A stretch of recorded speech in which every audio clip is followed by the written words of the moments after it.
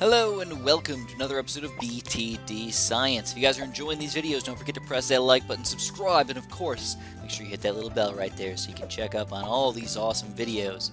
So the first thing you're to notice is we got a Commanche commander versus an Archmage. The price, we've got about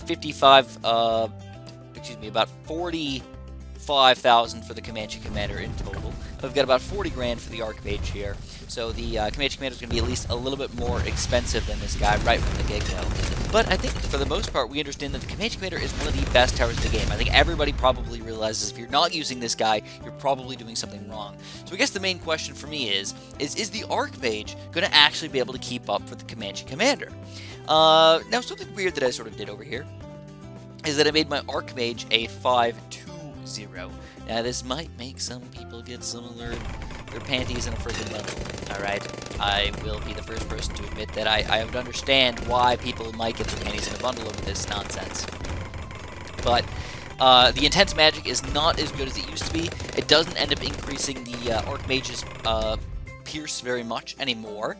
So it does end up increasing it slightly, but not by all that much. Alright, it's not a huge change. I don't know the exact numbers or anything, but it's not a huge change. I've tested it out, and I basically get I got a little bit more popping power out of the Moab class Bloons and everything, but then the wall of fire here can end up playing into that a little bit and actually get more popping power, depending on the situation. So it gets pretty interesting in depth with all that stuff.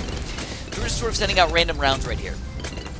We're on wave 81 right now. What you're noticing is that the Commanche commander is very clearly popping one balloon at a time, which is what gives him such an amazing advantage on just about any other tower in the game. He pops the Moab, then he pops the balloons inside, then he goes back to the Moab, and then pops the balloons inside, goes back to the Moab, and pops the balloons inside. And of course, that means you get to keep the balloons on the screen for as long as you want to, or give you the most time to pop those balloons. The Commanche commander just has that advantage right from the get-go, where the major issue with the Archmage here is that he's meant to pop Moab class balloons. He's meant to pop BFBs, and oh my gods. Maybe even the bad balloon, depending on how you're looking at this stuff here. But he's not going to be that amazing against the balloons over here. So you can definitely see where we end up almost wasting a lot of our pop power trying to pop the ceramics here instead of just focusing on the Moab class balloons. So it actually gets a little bit weird, and it's not a perfect example because the two towers do almost different things. By the way, look at this Commanche commander over here. I'm not doing anything with him. He's on pursuit right now. He's just flying around the circle there. I guess the other heli pilots were in the way of him getting to the middle of the map, wherever he wanted to be, you know? So that's just really freaking goofy. Now, I guess another thing that we need to test out is against DDTs. Is somehow the Commanche commander going to be very, very bad against DDTs? Is the Archmage going to be a lot better against DDTs? Well, let's do this. Let's get. I feel like most people at this point in the game are not going to have a Commanche commander without an Archmage. Excuse me, without an Alchemist. They're not going to have an Archmage without an Alchemist. So you're probably going to power these guys up. So this is a much more realistic explanation of what's going to happen here. So let's check it out. Let's see what happens, of course.